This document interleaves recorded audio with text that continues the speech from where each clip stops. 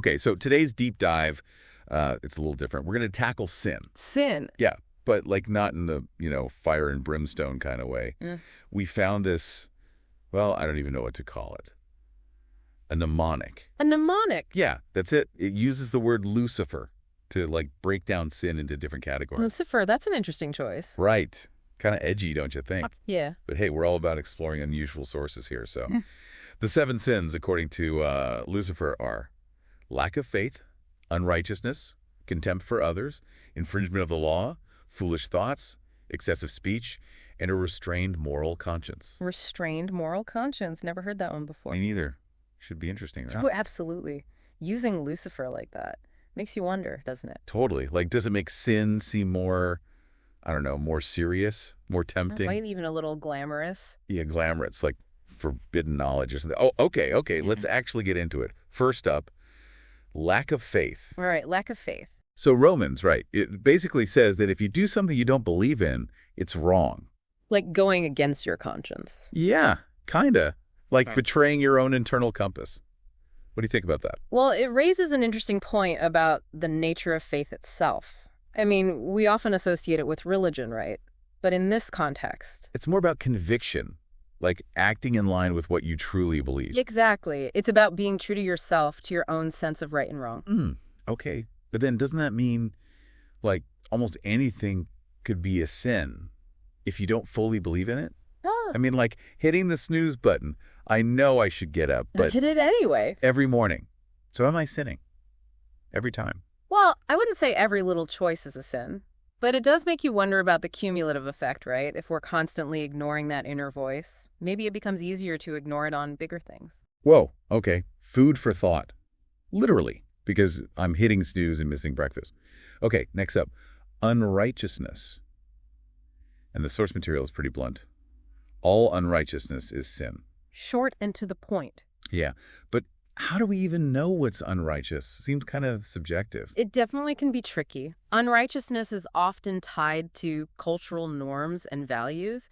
What's considered unrighteous in one place might be totally acceptable somewhere else. That's true. But generally speaking, I think it boils down to actions that go against those core principles of justice and fairness, ethical behavior, when you hurt others. Yeah. Or violate that shared sense of what's right. So if it feels wrong in your gut and it's hurting someone, probably unrighteous. That's a good rule of thumb, I'd say. Okay, on to the next. Contempt for others. And get this, the proverb we have here, it contrasts contempt with showing mercy to the poor. Interesting. Why do you think contempt is, like, singled out as such a bad thing? Contempt is, well, it's incredibly destructive, right? It's not just disagreeing with someone. It's seeing them as beneath you, unworthy. Dehumanizing them almost. Exactly. And that creates this us versus them mentality, leads to prejudice, discrimination, violence. It's like a virus. Yeah, a virus that spreads and infects entire societies. Really scary stuff. Especially these days with social media and everything. So easy to fall into that trap. Oh, absolutely. Anonymity can make people bolder, more callous. Yeah, definitely. Yeah. It actually makes me think about the next category, infringement of the law. The source material straight up says sin is lawlessness, but I don't know, is it that simple? I don't think so. Law in this context, it's more than just legal statutes, isn't it? It can be moral laws, social norms, even our own internal code of ethics. And then it's really tricky, right? Are all laws created equal? Is it ever okay to break a law? Whoa, deep questions. Think about civil disobedience. Throughout history, people breaking laws because they believed those laws were unjust, fighting for equality for what's right. So sometimes breaking the law is the right thing to do. Huh. Okay, on to foolish thoughts. And this one's interesting because one of our sources, it actually makes a distinction between thinking a foolish thought and actively planning something foolish. A distinction between thought and action. Yeah. So is it a sin to just think something bad? That's where things get a little philosophical, don't they? Totally. I mean, thoughts themselves might not have immediate real-world consequences, True. But they do reveal something about our intentions, and they can influence our actions. So a thought, reap an action, as the saying goes. Ooh, I like that. Right. So if we're constantly dwelling on negativity, harmful ideas, it can create this breeding ground for bad choices down the line. Man, that's kind of scary. I tend to overthink things, I hear you. It's a good reminder to be mindful of where our minds wander. For sure. Okay, moving on. Excessive speech.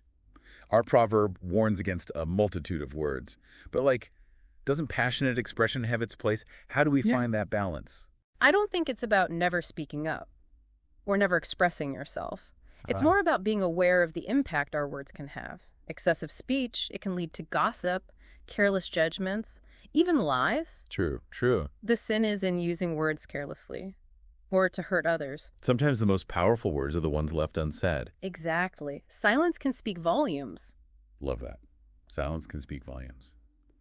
Okay, last one. Restrained moral conscience. That's a mouthful. Right. Basically, it's about knowing the right thing to do, but choosing not to do it. What does it even mean to have a moral conscience? Like, where does that come from?